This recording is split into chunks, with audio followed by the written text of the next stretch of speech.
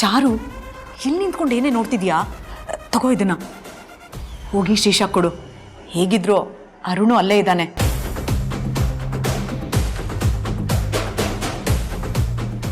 ಶ್ರೀಶಾ ಪುಟ್ಟಿ, ತಗೋ ಹಾಲು ಕುಡಿ.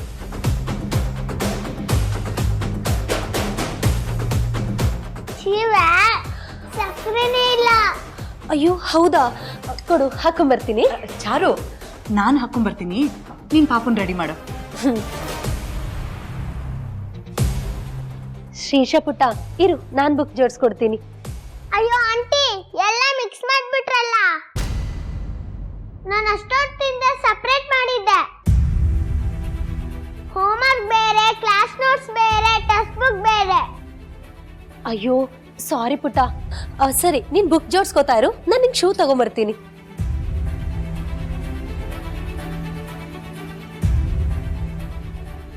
ಶ್ರೀಶಾ ಪುಟ್ಟಿ, ಶೂ ಹಾಕ್ಲಾ?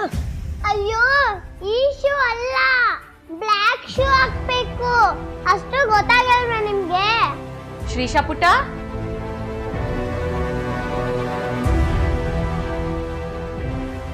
ಮಗ ಹಂಗೆಲ್ಲ ಹೇಳ್ತಾರ ಆಂಟಿಗೆ? ನಿನ್ ಸ್ಕೂಲ್ ವಿಷಯಗಳೆಲ್ಲ ಅವ್ರಿಗೆ ಗೊತ್ತಿರ್ತದ, ಹಂಗೆಲ್ಲ ಮಾತಾಡ್ಬಾರ್ದು. ಸಾರಿ ಕೇಳು. ಸಾರಿ.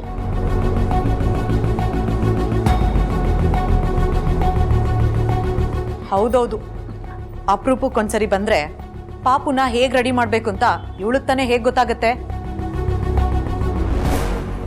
ನೀನು ಇಲ್ಲಿರೋ ಹಾಗೆ ಆಗಿದ್ದಿದ್ರೆ ಎಲ್ಲ ಗೊತ್ತಾಗ್ತಿತ್ತು.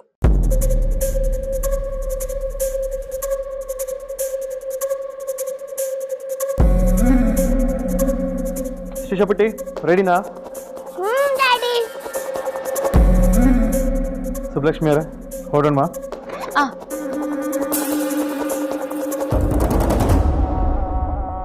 ಪುಟ್ಟಿ, ನೀನ್ ಹಾಲೇ ಕುಡ್ದಿಲ್ಲ, ತಗೋ. ನಂಗಾಗ್ಲೇ ಲೇಟ್ ಆಯ್ತು, ಹಾಲ್ ಬೇಡ.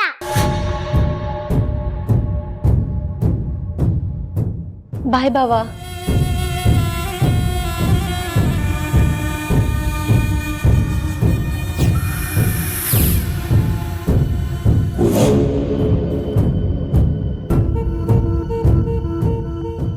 ನೋಡಿದ್ರಾ, ಈಗ್ಲಾದ್ರೂ ಪ್ರೀತಿಯಿಂದ ಒಂದೆರಡು ಮಾತಾಡ್ಬೋದಿತ್ತಪ್ಪ.